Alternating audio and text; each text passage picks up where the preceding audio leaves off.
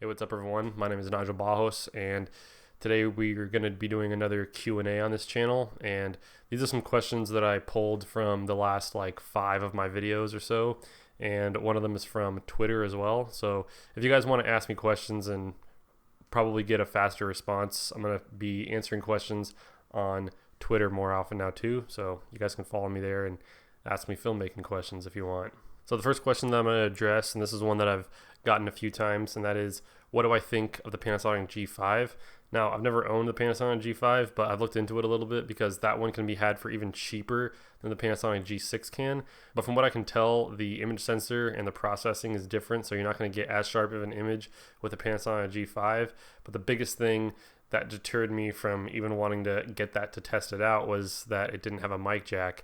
And that's just one thing that I just really don't want to compromise on, because doing dual system sound just doesn't really work with my workflow.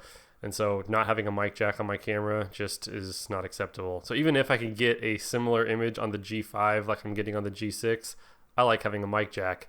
Now, I think the irony of it right now is that I'm actually recording separate system audio. I'm using my Blue Snowball and connecting it to my MacBook Pro and recording audio separately that way.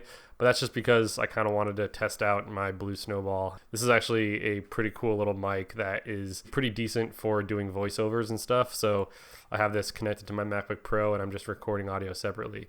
But for all the other videos that I've done with my Panasonic G6, I've just been able to plug a mic straight into it and record pretty good audio. Yeah, the G5, I wouldn't really look into it because it doesn't have a mic jack, and from the footage that I've seen, it doesn't look like the image is quite as good as the Panasonic G6. Alright, so the next question is, if I could only choose one lens for the Sony a6000, which one would I choose? Now, I say this a lot, but when I'm choosing a camera kit, I'll always want to spend a lot more money on my lens than I did on the camera, because typically the cameras that I buy are really cheap. So if I had the Sony a6000 again and I was just going to pick one lens for it, I would definitely go for the Sigma 18-35 f1.8. I've had that lens before and I absolutely loved it. I wish I still had it sometimes, but it is a really beefy lens and it's heavy, so it's not great for, you know, being really lightweight and run and gun type situations. But that is a really good lens, and, you know, coupled with something like the Sigma MC11 adapter that gives you better autofocus, I think that would be killer on the Sony a6000 or the a63 or 6500. That lens is going down in price. The Nikon version I've seen for like $500 on eBay, which is actually a really good deal. And the Canon version is going used for around $550 to $600 now. So it's a really good lens for the money, and it covers an 18 to 35 millimeter focal length at f1.8, and it's really sharp. So I would definitely go for that lens almost with any camera. If size and weight wasn't really a factor in my filmmaking, then I would definitely get a speed booster again and put it on my G6 with that Sigma 18-35. But that setup is just a little bit too bulky and heavy for the way I like to shoot, so that's why I don't own it anymore. So this next question comes from Tiff, who is actually one of my patrons on Patreon. Thank you, Tiff. And if you guys want to join her and support me on Patreon, there's just a $1 and $2 tier that just, you know, helps me out a little bit, and I'll leave links to that in the description. Her question was about audio with the Zoom H1 and what are my settings with all the various mics that I use. And I do still use the Zoom H1. This is a really solid little piece of kit. I bought it probably 5 or 6 years ago for like $50 on Craigslist, and I still use it. As far as settings, I know this is going to be kind of a cop-out answer, Tiff, sorry, but it all just really depends on what I'm filming. I always just put my headphones in and I plug my mic in, and I try to get the cleanest signal that I can. Typically I can, you know, boost the gain in this little guy and not really get any hiss, even if I'm using a batteryless mic like the Compica VM10.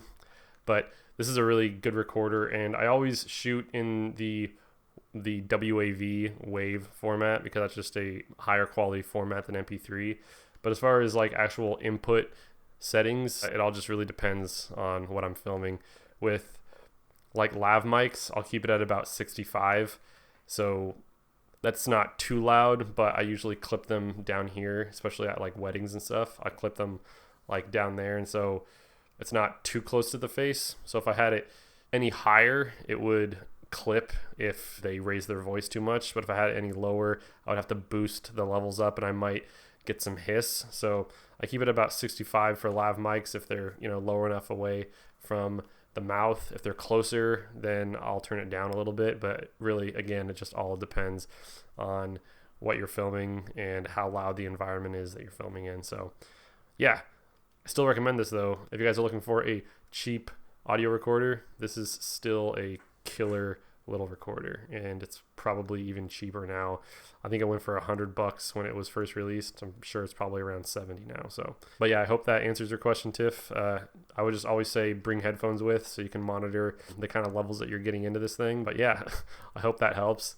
All right, so the next question is, what kind of quick release plates do I use? Now, as you guys know, I do use the Neewer S2 video heads, and I'll put a link to where you guys can see my review of these heads that I use. But with those quick release adapters that I keep on my cameras, they're actually Arca Swiss compatible. So I use these Arca Swiss quick release plates that I can just put onto my glide cams or my shoulder rigs or whatever. And these work out really good, and they're really cheap. I'll leave a link in the description below.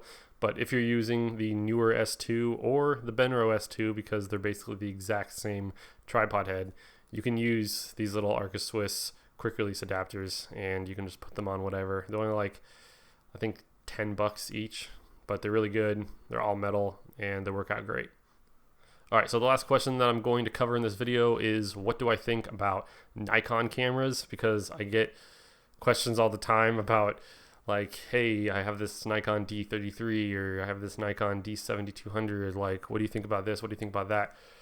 Honestly, I've never owned a Nikon camera, and most of the reason being that they are not very video-centric DSLRs. I think even less so than Canon, specifically with like their focus features and like, you know, having to go into the menu to change exposure settings and not being able to see it in live view and all that kind of stuff. They do have their upsides, like they give you a flat picture profile in a lot of their cameras, and the video quality is actually pretty good. I think it's, you know, around the Sony a6000 kind of 1080p. But the reason that I just don't go for them is that they just don't give me enough for my money. If I had to choose between Nikon and Canon, I would choose Canon just because Canon cameras can be hacked with Magic Lantern, and that's a really important thing for me, because even though, you know, Canon gives you some features that help you in video, Magic Lantern just expands those cameras and gives you things like focus peaking and time-lapse mode and higher bit rates and raw recording. So that's the one reason why I haven't messed with Nikon cameras yet. If I ever get the opportunity to mess around with like a Nikon D7200 or, you know, something like that, I definitely will. I like to try it out, but they just haven't really been on my radar as far as filmmaking. So that's the reason why I can't really comment on Nikon cameras really. All I really know is from what I've researched, and those are the main reasons why I haven't gone with Nikon yet. So unless Nikon comes out with something that's like a killer camera that's like better than any of the Panasonics or the Sonys or the Canons, I probably won't go for a Nikon anytime soon. So I hope this video was helpful. All the links to everything that I mentioned, it will be in the description below. And if you guys like this video, it'd be great if you hit the like button and subscribe to my channel if you like my content. But anyways, I will see you all in the next video. Bye.